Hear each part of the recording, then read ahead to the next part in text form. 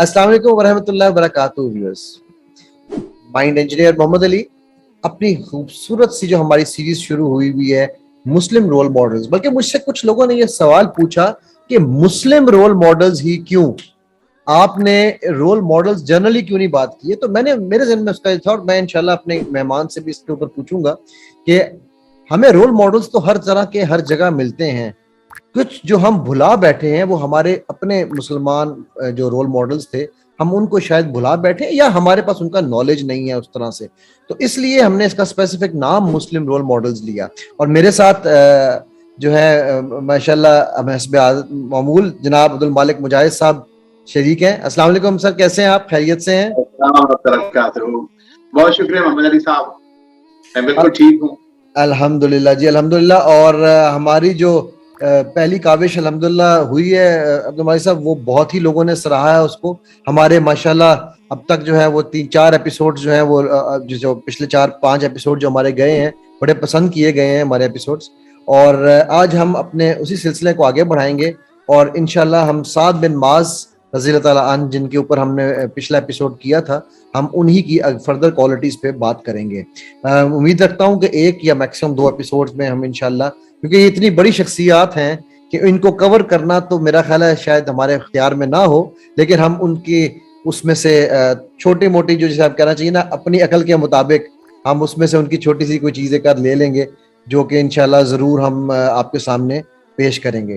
तो अब्दुल साहब, मेरा आपसे जो सवाल है इस हवाले से वो ये है कि हमने अभी तक साद बिन माज रज़ी अल्लाह अन्हु के बारे में जो बातचीत की उससे हमने एक बेसिक उनकी तमहीद बांधी थी कि सबसे पहले मुसलमानों में से थे और माशाल्लाह लीडर थे बनी औस के।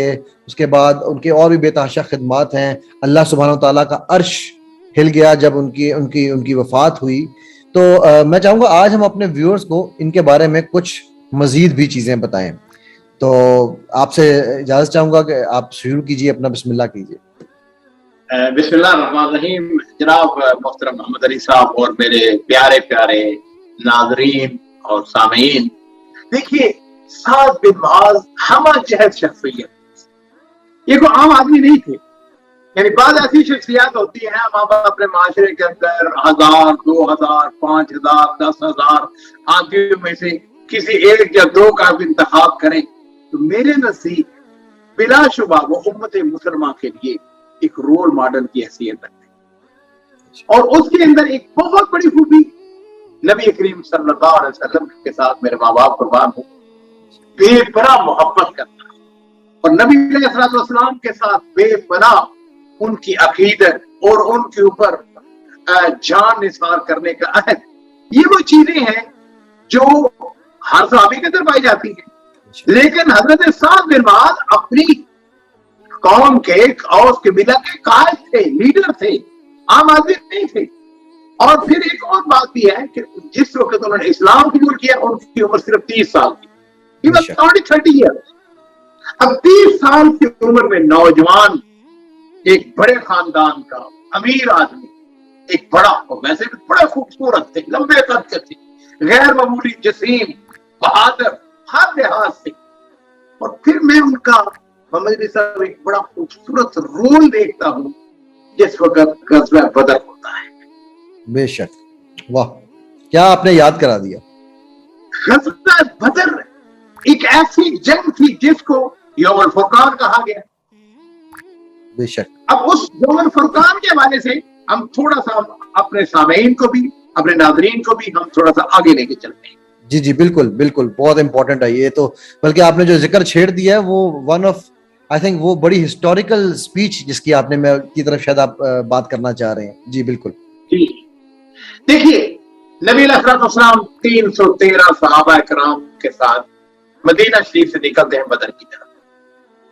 आपको अंदाजा हो गया था कि वहां से मुशरिकीन एक लश्कर लेके आ रहे हैं और उनके साथ 1000 लश्कर है, उनके साथ असला भी है, घोड़े भी हैं, ऊंट भी हैं, सालो सामान भी है।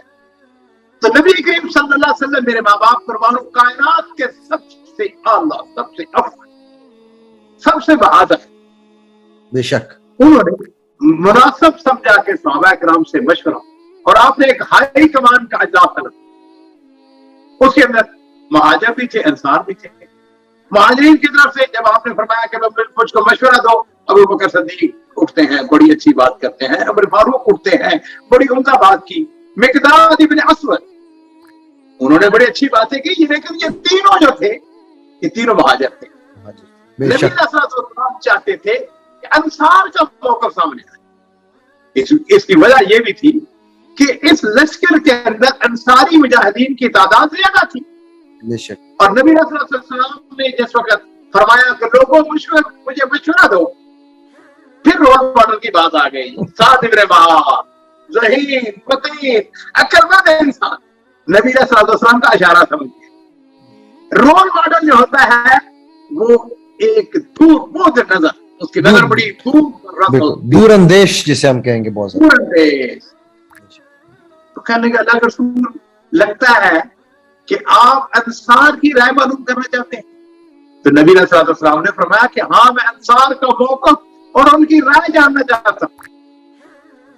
اور محمد علی صاحب پھر یہ دیکھیے، یہ ہمارا ہیرو، اس کا معاملہ ہیرو کہہ سکتا ہوں میں. بے شک جی، بے شک یہ is a hero. یہ ایک قائد، ایک لیڈر سعد بن معاذ کھڑے ہوتے ہیں، ان کے جذبات، احساسات، خیالات، خوبصورت اور حوصلہ افزا الفاظ ان کی زبان پر آ جاتے ہیں. عرض کرتے ہیں اللہ کا رسول ہم آپ پر ایمان لائے، آپ کی تصدیق کی اور گواہی دی کہ جو آپ پیغام لے کر آئے ہیں وہ سچا ہے. ہم نے آپ کی بات سننے اور ماننے کا عہد کر رکھا ہے. بے شک بڑی خوبصورت بات. اللہ کے رسول آپ اپنی مرضی کے مطابق قدم بڑھائیے، ہم آپ کے ساتھ ہیں. قسم افزان، یعنی اندازہ کیجیے قوت گواہی، گویائی کس خوبصورت انداز میں. قسم افزان کی جس نے آپ کو حق کے ساتھ مقبول فرمایا ہے. اگر ہمارے راستے میں سمندر بھی آ جائے تو ہم آپ کے ساتھ ہیں. بے شک ہم سمندر میں داخل ہونے کے پریت نہیں کریں گے، ہمارا ایک آدمی پیچھے نہیں ہٹے.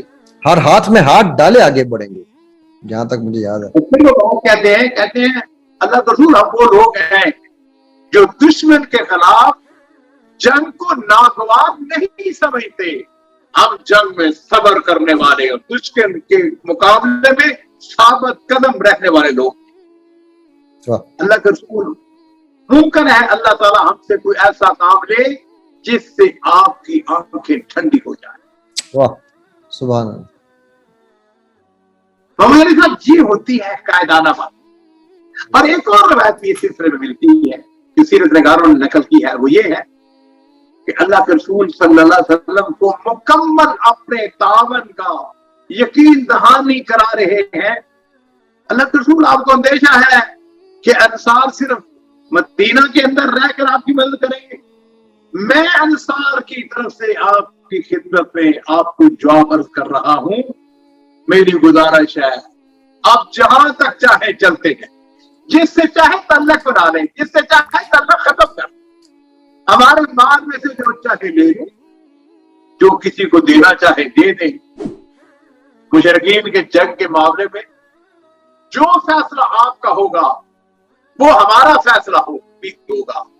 اور پھر برق غماد یہ ایک شہر کا نام ہے جو مکہ مکرمہ سے یمن جائیں تو ساحل سمندر کے اوپر آج بھی یہ شہر واقع ہے.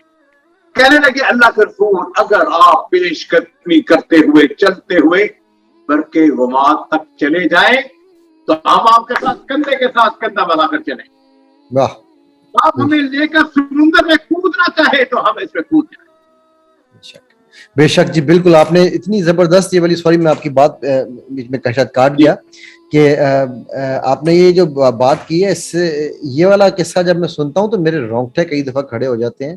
بکاز اللہ کے نبی صلی اللہ علیہ وسلم کا چہرہ مجھے یاد ہے جو واقعہ میں تھا، آپ مجھے کریکٹ کیجیے گا، چہرہ چمک اٹھا تھا اس سعد بن معاذ کی اس ایک چھوٹی سی بات کو سننے کے بعد، کہ اللہ کے نبی اتنے وہ خوش ہو گئے اور اتنے وہ مطلب، اور پھر ان کو شاید غالباً وہ روایت بھی ہے کہ اللہ کے نبی صلی اللہ علیہ وسلم نے فرمایا کہ مجھے آج اللہ نے بشارت دی ہے کہ یا ہمیں یہ مال ملے گا یا یہ فوج ملے گی اور ان کے ساتھ ہے.